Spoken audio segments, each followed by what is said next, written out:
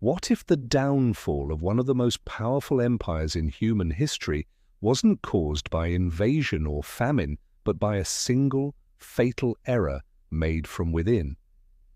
Picture a civilization that once ruled the known world, rich beyond imagination, feared by its enemies, respected by its allies, and yet it crumbled, not with a roar, but with a whisper. This is the untold story of the Persian Empire's mysterious collapse, a secret misstep so impactful that it changed the course of history forever. Once you hear it, you'll realize, sometimes, the deadliest war is the one no one talks about. A giant among nations, at its height, the Persian Empire was a marvel. It stretched across 3 continents, Asia, Africa, and Europe. From the mountains of Anatolia to the fertile plains of Mesopotamia, from the deserts of Egypt to the valleys of India, the empire was vast, wealthy, and complex. Cyrus the Great founded it with a vision of unity and tolerance. He respected different cultures, religions, and customs. His empire didn't just conquer land, it offered stability, roads, governance, and order. Darius the Great expanded this vision. He built the Royal Road, over 2,500 kilometers long, allowing messages to travel across the empire in days. His administration was a marvel of efficiency, divided into satrapies or provinces, each governed with a mix of autonomy and loyalty. Persia's tolerance made it unique in a brutal ancient world. Zoroastrianism, its spiritual heart, preached duality, good and evil, light and darkness. For a time, this balance worked. The empire thrived, not just on conquest but on vision. It seemed unshakable. But nothing is unshakable forever. Cracks beneath the marble. The first signs of collapse were invisible. After Darius's death, his son Xerxes the I inherited the throne. He was ambitious, but not his father. Where Darius was strategic, Xerxes was emotional. Where Darius listened, Xerxes commanded. But the most catastrophic change came when Xerxes, in a move that shocked even his closest advisors, began to deify himself. Declaring himself divine shattered the empire's spiritual foundation. Zoroastrianism did not leave room for mortal gods. The king had always been seen as divinely appointed, but not divine himself. Xerxes blurred that line. Some worshipped him out of fear. Others were horrified. Religious unrest grew, particularly in Babylon and Egypt. Xerxes crushed these uprisings brutally, destroying temples and silencing priests.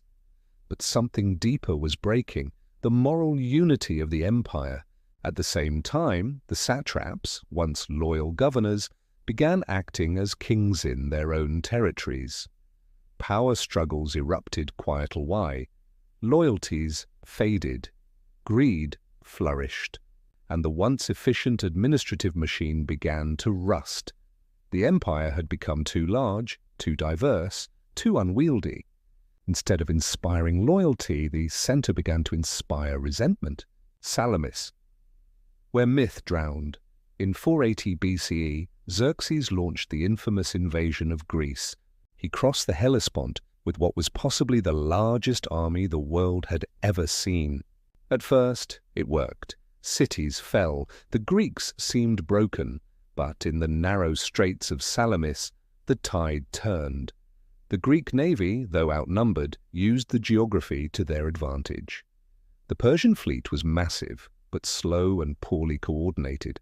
Xerxes watched from a throne on the shoreline as his navy was torn apart by the smaller, faster Greek ships. What he saw was more than defeat. It was the end of invincibility. Persian soldiers who had once believed in divine right began to doubt. If the king could be beaten, was he truly chosen by the gods? Was he truly a god at all? The loss at Salamis marked a psychological turning point. The empire didn't fall that day, but something inside it did. The illusion of absolute power had been shattered. Confidence evaporated. And when confidence dies, so does obedience. The rot within. In the decades that followed, Persia's collapse accelerated, not from outside attacks, but from within. After Xerxes returned from Greece, he was a changed man. Isolated, paranoid, and obsessed with loyalty, he began executing those closest to him.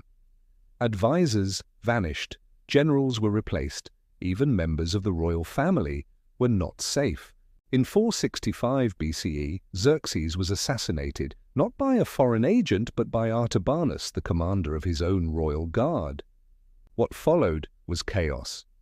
His son, Artaxerxes I, took the throne, but the chain of loyalty was broken. Revolts erupted across the empire, especially in Egypt and Media. The satraps no longer listened. They hoarded taxes, refused orders, and sometimes even declared independence. A letter from a Median noble, discovered centuries later, reads, "The throne sits high, but its legs are wood. We wait only for the fire." Persia began to bleed territory. The Greeks pushed back. The Egyptians fought harder. The once mighty Persian army became fragmented, demoralized, and poorly supplied. Corruption rotted the heart of the bureaucracy. And all the while, new threats were rising in the West. Alexander's illusion. By the time Alexander the Great arrived in 334 BCE, Persia was not the titan he expected to fight. It was still rich, still vast, but hollow. The people were divided, the armies were weakened, the cities glittered, but they were quiet.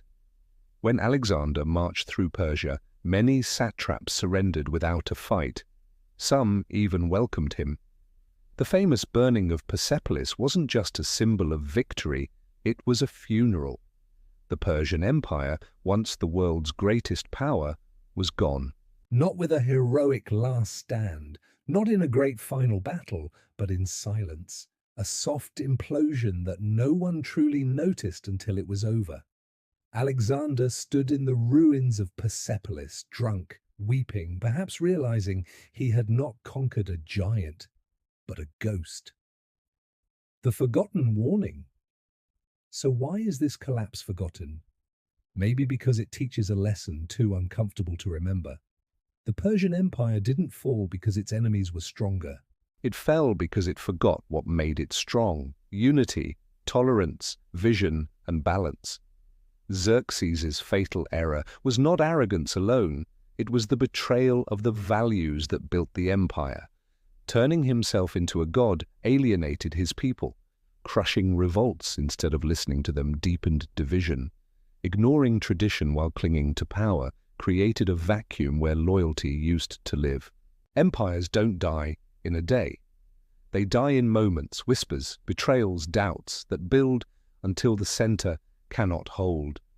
Historian Peter Heather once said, "The empires fall not because they are defeated, but because they fall apart from within." And maybe that's what makes the story of Persia so haunting. It didn't burn, it faded, it didn't scream, it sighed. So ask yourself, how many empires today are already collapsing quietly, secretly from within? If this story struck a chord, if you saw echoes of something deeper, then maybe, just maybe, this isn't just about the past. Comment below. What do you believe was Persia's true fatal mistake? Share this video if you felt it needed to be told. And subscribe to the channel, but only if you're ready to question the comfortable stories we were taught. Because this was just one secret, and there are many more waiting to be uncovered.